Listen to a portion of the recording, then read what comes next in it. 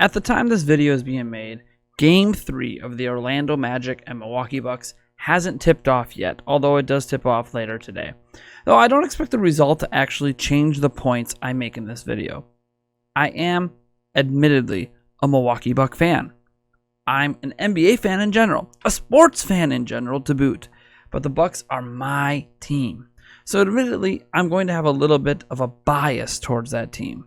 I don't know if the Bucks have what it takes to win a championship this year, but it's also increasingly frustrating to hear what talking heads had to say about the Bucks, even after their dominating Game 2 win over the Magic. When did the Clippers win? When Paul George, the second best player, Kawhi's support, played big. When he didn't, they lost. Same thing with AD. The Lakers, when AD imposed himself on the game, the Lakers win.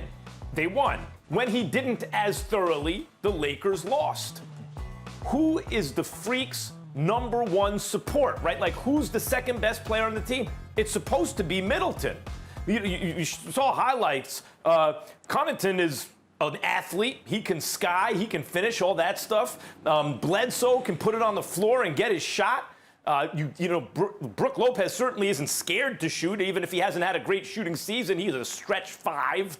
You can play five out with a guy like that. They have a lot of the pieces you need. I even mentioned maybe they go to DiVincenzo to get a little spark under pressure that they might need. But we're not talking about Middleton.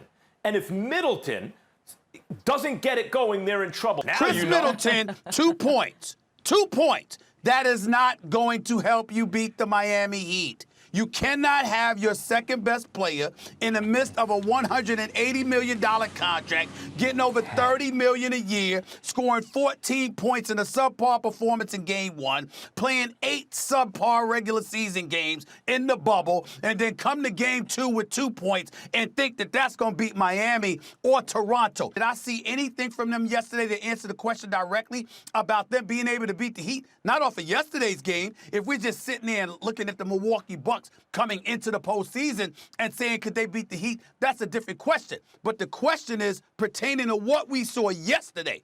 What I saw yesterday from the Milwaukee Bucks is not nearly enough to get it done. I hear some of those criticisms to boot. Chris Middleton certainly has to play better at some point. But go ahead and ask Giannis if he's worried about Middleton. Giannis, you mentioned Chris and how active he was on defense. At the other end of the court, these first 2 games haven't been his best. He hasn't gotten into a rhythm. What can you guys do to help kind of get him on track? Just don't bother him. Don't just, he's a great scorer. I think as a team, we keep talking to him. Obviously, we're going to encourage him at times, but we're not going, overtalk. We're not going to overstep.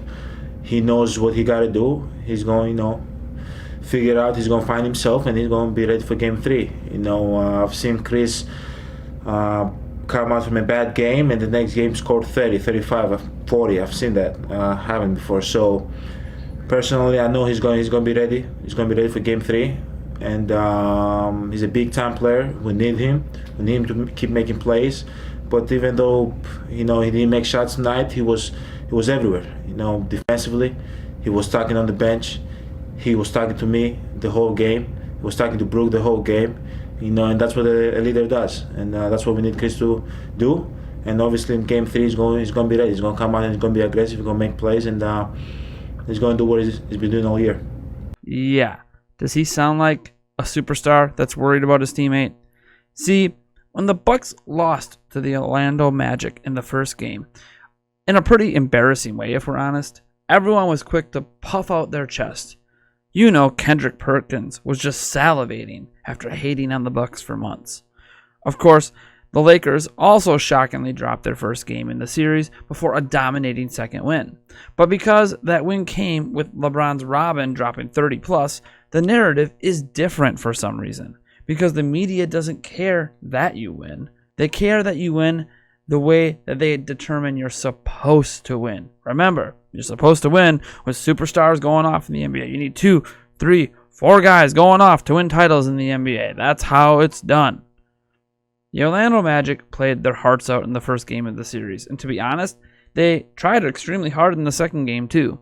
But the Bucks have been on autopilot since entering the bubble. They haven't played with consistent effort on either end of the court, and they showed a consistent lack of urgency, which is understandable when the number 1 seed was virtually locked up before the bubble arrived. The focus should have been on staying healthy, and that made sense. But this also meant the Bucks entered the playoffs without any rhythm, without any momentum. Giannis mentioned before Game 1 that he didn't actually believe there was a switch you can turn on for the playoffs, and he sure looked right when he said that. Everything the Bucks had done wrong in the bubble came true in Game 1. Their number 1 defense looked like the worst defense in the bubble. Yet again, their offense looked stagnant without any ball movement. They looked old, like the Karl Malone Lakers did in the finals that one year when most of the team was well past their prime. So what changed in Game 2? The Bucks were shell-shocked in the first game, but this is exactly what the Bucks needed. See, while Giannis himself was pretty fantastic in the first game, save the final stretch, the rest of his team didn't seem like they came to play, believing they are so much better than Orlando that they could just coast and sweep this team. But this is the playoffs, and even the 8th seeded teams are formidable in their own way. Should they beat the Lakers and Bucks? Probably not. But if you don't bring your A game and they do, they absolutely can and will beat you. After Game 1, the Bucks clearly regrouped. They were seen laughing in practice the day before and keeping things loose. Then Game 2 came, and we saw the Bucks back to mostly what they had been for a majority of the season. A team that, simply put, dominates on the defensive side of the ball. This domination led to better offensive possessions. It is the anchor of the entire team, and when it's not working is when the Bucks find themselves in trouble. The effort level intensified, and Coach Bud, the coach often maligned for not making adjustments in the postseason, had his team switching from the get-go. This heavy switching, high-energy defense led to the Bucks commanding lead, and they never really relinquished it. Orlando never got closer than 9 points in the second half. These Bucks won easily by 15, and they did it without Chris Middleton showing up offensively.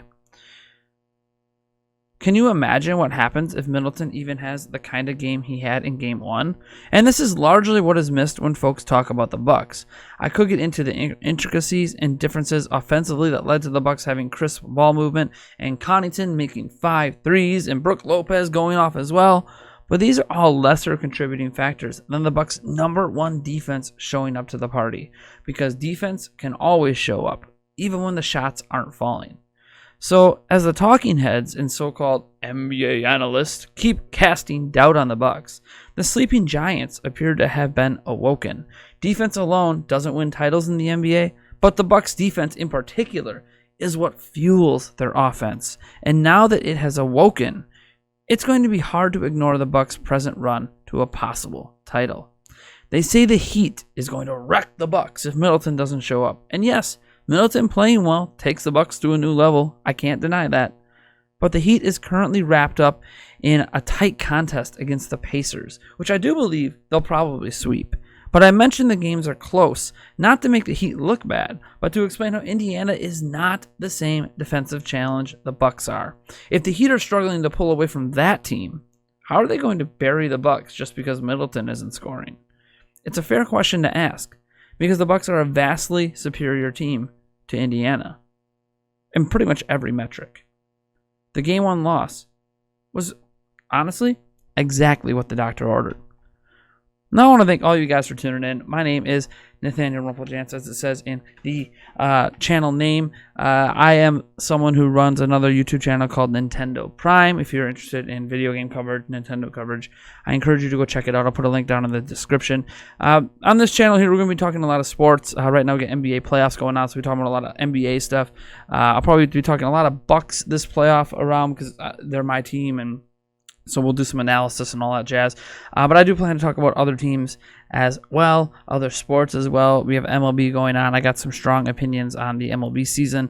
I got some thoughts for the upcoming NFL season, what teams are going to be great, what teams are not going to be great, why I think the NFL might start to have the same issues that the MLB has, a lot of stuff. And obviously we have to talk about how Adam Silver is thinking of delaying the NBA season, the next NBA season, until fans are going to be allowed to attend. which to me means the whole season would have to be canceled. But we'll see. This is the NBA. They might come up with a creative solution or turn it into a big NCAA-style tournament. I have no idea. Lots of ideas are going to be floated out there in the coming months. Anyways, folks, I want to thank you so much for tuning in. If you enjoy the video, hit that subscribe button because, yeah, this is Nathaniel Rumphol-Janc with a sports channel of sorts. Kind of cool. Kind of cool.